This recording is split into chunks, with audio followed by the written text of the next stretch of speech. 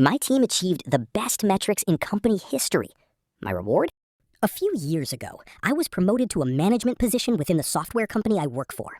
I was told I was hand-picked for the job, and though it was a big promotion, I would not receive a pay increase until I had the team performing at minimum required performance standards. 2 years in, I had the team running the best numbers it had ever seen, far exceeding the minimum standards. Every quarter, I asked to be reviewed for a raise, and every quarter a reason was found to skip the review.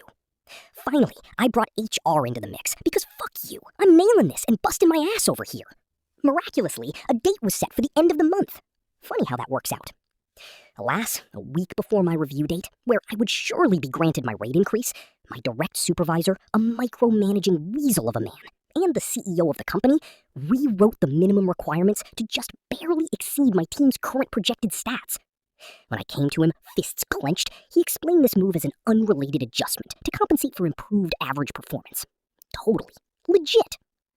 Of course, with this change in place a week later, he took the opportunity with the HR director in attendance to express his deep and profound disappointment with my performance, and to warn me that he expected me to go the extra mile next quarter or face disciplinary action since my team had failed to make the new grade.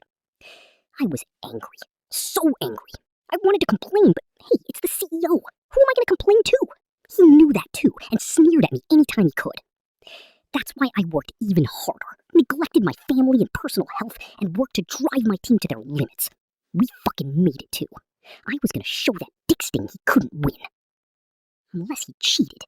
He was going to be forced to eat the pile of shit he shoveled to me in the previous meeting with HR in attendance. He called me into a meeting to design a training handout for the team. We bounced ideas back and forth, but something was weird. Every time I tried to assign a task to someone or set a due date on the handout, the CEO dodged it. By the end of the meeting, we had accomplished nothing solid, and he tabled the assignment for a later date. Because it was tabled and I assumed we would reschedule a follow-up, I filed my notes away and moved on with other work. A month after that planning meeting, I was pulled into HR and written up for failing to issue the training handout we had tabled. The CEO was in attendance and brought his personally typed meeting notes clearly outlining that I was assigned the task that day. I had no recourse. He was lying. I said as much and was treated like a combative child. He acted insulted and incredulous. By the end, I was sent home for the day with a demotion, off of the team I had built and worked so hard for. I still don't know why the CEO had it out for me.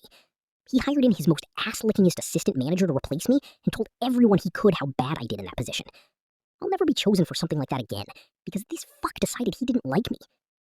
That's it. No revenge, no justice. The bad guy wins. Maybe one day he'll die in a fiery car crash. One can only hope.